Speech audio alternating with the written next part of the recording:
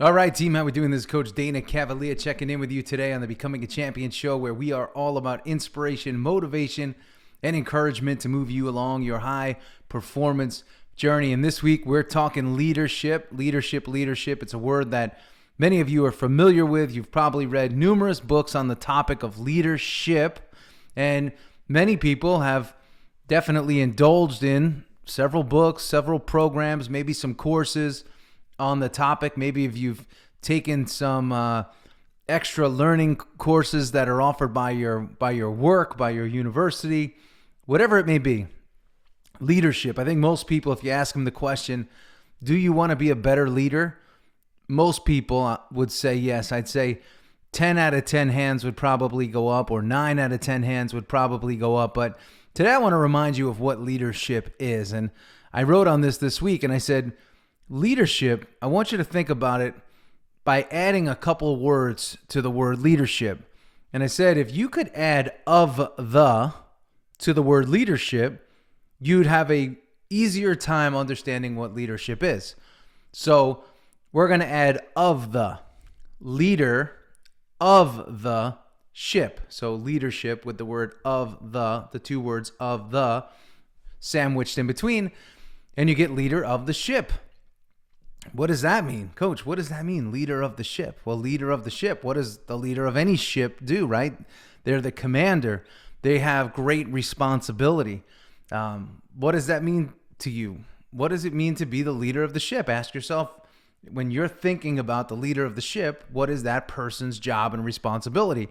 I'm going to share a couple of those responsibilities with you. Number one, you're responsible for the direction in which the ship is headed. You're responsible for the mechanics of the ship. Is it safe? Is it working? You're responsible for fueling the ship, making sure that there's enough energy and fuel to travel long distances. So if you're a leader, you got to make sure your team has enough energy and fuel to travel over 365 days, which makes up a year. And that team is successful and that they got to their destination. Right? You're responsible to make sure all your passengers, all your team members are safe. You're responsible as the leader of the ship to make sure that each passenger has a great experience.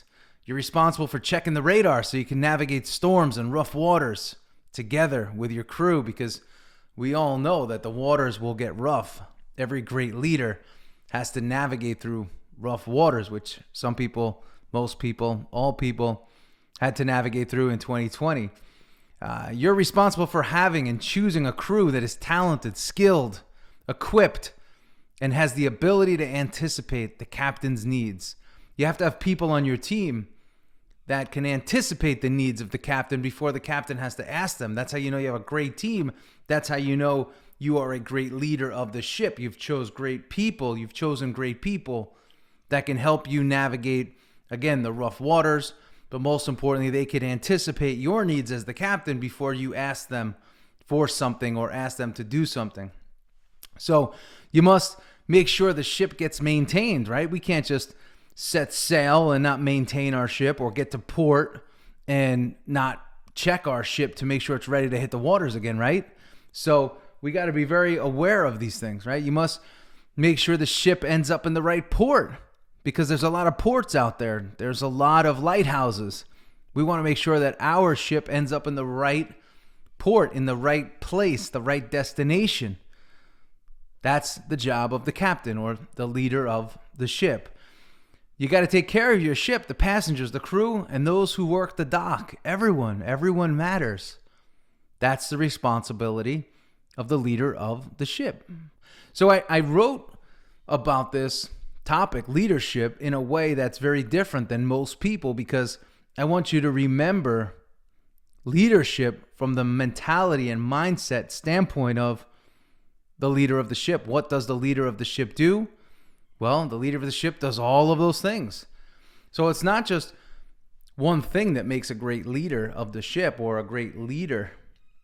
It's all of those things. It's all of those things in which the captain, the leader of the ship is responsible for, that allows that person to become known as a great leader, because every part of that journey matters. To be a great leader of the ship, it all matters. So I want to remind you of that. Because you can't just get good at one thing. Oh, I'm a good communicator, so therefore I'm a good leader. No, there's more to it than that.